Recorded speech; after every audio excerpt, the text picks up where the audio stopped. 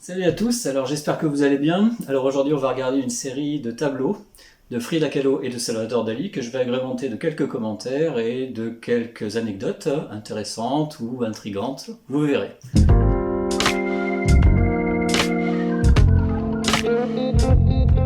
Dans Autoportrait dédié à Léon Trotsky de 1937, Frida Kahlo délivre un message d'amour à son amant, alors même que sa relation avec lui commence à se déliter. Alors au-delà de ça, on peut voir dans ce tableau trois références culturelles distinctes. 1. Le rendu et la composition évoquent un style d'image pieuse un peu naïf, très populaire à l'époque au Mexique, les retablos, et que Frida Kahlo collectionnait.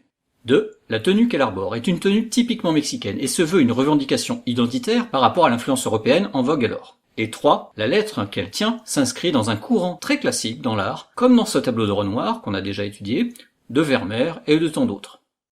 Dans Portrait de gala avec Homard, 1933, Salvador Dali affiche son obsession, une parmi d'autres, pour le homard qu'il associe au désir érotique et qu'on va retrouver dans au moins 5 autres œuvres. Néanmoins, ce tableau, certes mineur, n'en est pas moins bien réalisé, selon les standards des peintres de la Renaissance dont Raphaël, que Dali admirait tant. En témoigne le soin apporté aux cheveux et au fond à droite. Dans le tableau Le Bus, 1929, Frida Kahlo revient à sa manière sur l'accident qui a transformé sa vie et son corps, faisant d'elle une peintre et non plus un médecin. On retrouve ici une forme d'humour noir dans cette composition bien ordonnée, bien sage, avec ses passagers typiques de la société mexicaine, ainsi que leurs expressions de visage variées et très minutieusement détaillées. Ça pourrait s'intituler « Le bus, 5 minutes avant le drame » et c'est assez ironique de sa part. On revient aux obsessions de Dali, ici sa fascination et son interrogation autour de l'Angélus de Millet, dont il livrera plusieurs interprétations, dont celle-ci, axée sur la mort, et celle-ci qui s'appelle, accrochez-vous, Méditation sur la harpe, Gala, et l'Angélus de Millet précédant l'arrivée imminente de l'anamorphose.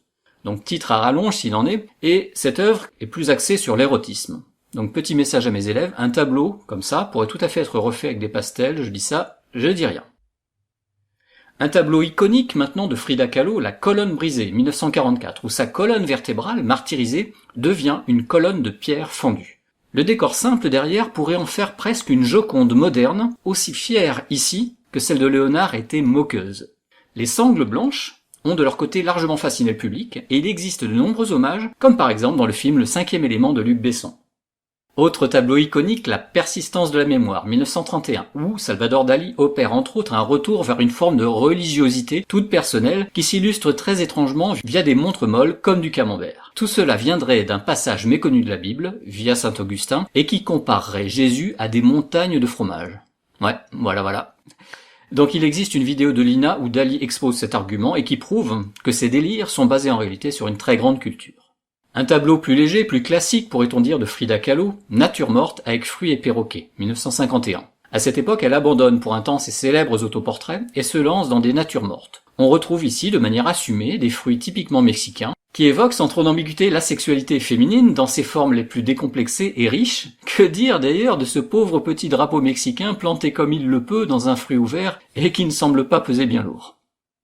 Vestige atavique après la pluie, de Dali, est une version surréaliste de, comme son nom l'indique, un paysage juste après une pluie symbolisée par cette grande forme blanche évoquant par sa courbe caractéristique une goutte d'eau. On peut y voir aussi un dauphin ou un saumon bondissant de quelque élément liquide, suspendu dans l'air avant probablement de disparaître.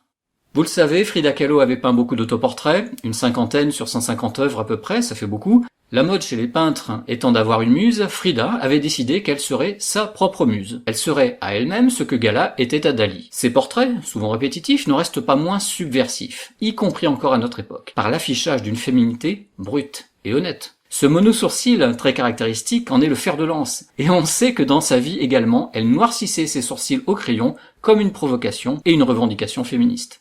Alors je termine avec Dali, son œuvre et les références culturelles qui la composent mériteraient 100 vidéos et même 1000 et pourtant on n'en viendrait pas à bout. L'aspect collage issu du surréalisme fait que particulièrement on pourrait faire un tableau, en réalité, tout à fait crédible avec des extraits de ses peintures. Par exemple sur la Tentation de Saint-Antoine.